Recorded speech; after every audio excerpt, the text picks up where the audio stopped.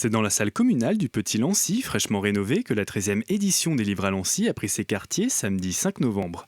Au cœur de la salle, romans d'occasion, curiosités littéraires, bandes dessinées et même des manuscrits éthiopiens pour nourrir les esprits flâneurs. À l'entrée, deux associations lancéennes très actives sur la commune jouaient leurs cartes littéraires. Depuis des années, nous avons un stand ici à Livres à Lancy parce que nous menons des projets intergénérationnels de lecture et c'est l'occasion pour nous de présenter ces projets et surtout de recruter des personnes intéressées à y participer. Donc parmi les projets, il y a surtout le prix Chronos de littérature qui est un prix littéraire dans lequel on est amené à lire 4 ouvrages de l'édition jeunesse qui traitent des relations de génération, de la vieillesse, de la transmission, de la grand-parentalité.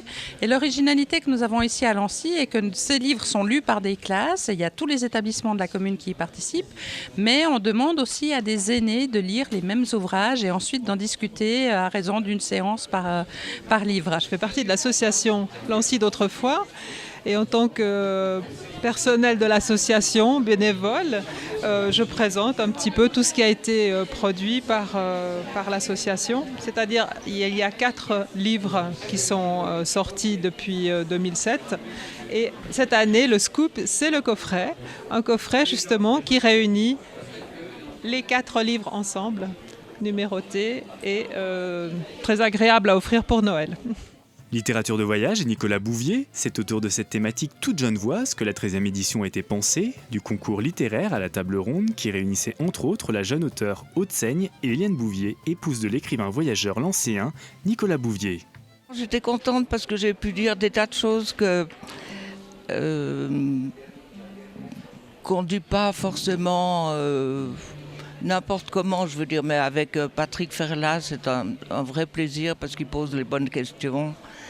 Et j'ai pu parler de la poésie, qui est tout ce que j'aime le plus chez mon mari. Parce que c'est justement ces visites du soir qui prennent la forme d'un poème. Et ça cassait l'écriture et c'était autre chose, c'était un cadeau. Qu'aurait fait Nicolas Bouvier sans vous ?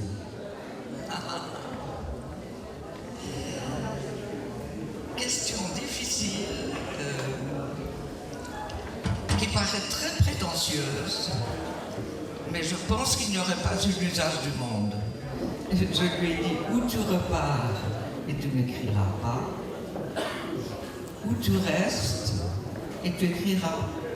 J'ai peut-être rarement parlé de sa difficulté à écrire et d'aller casser du bois pour se défouler.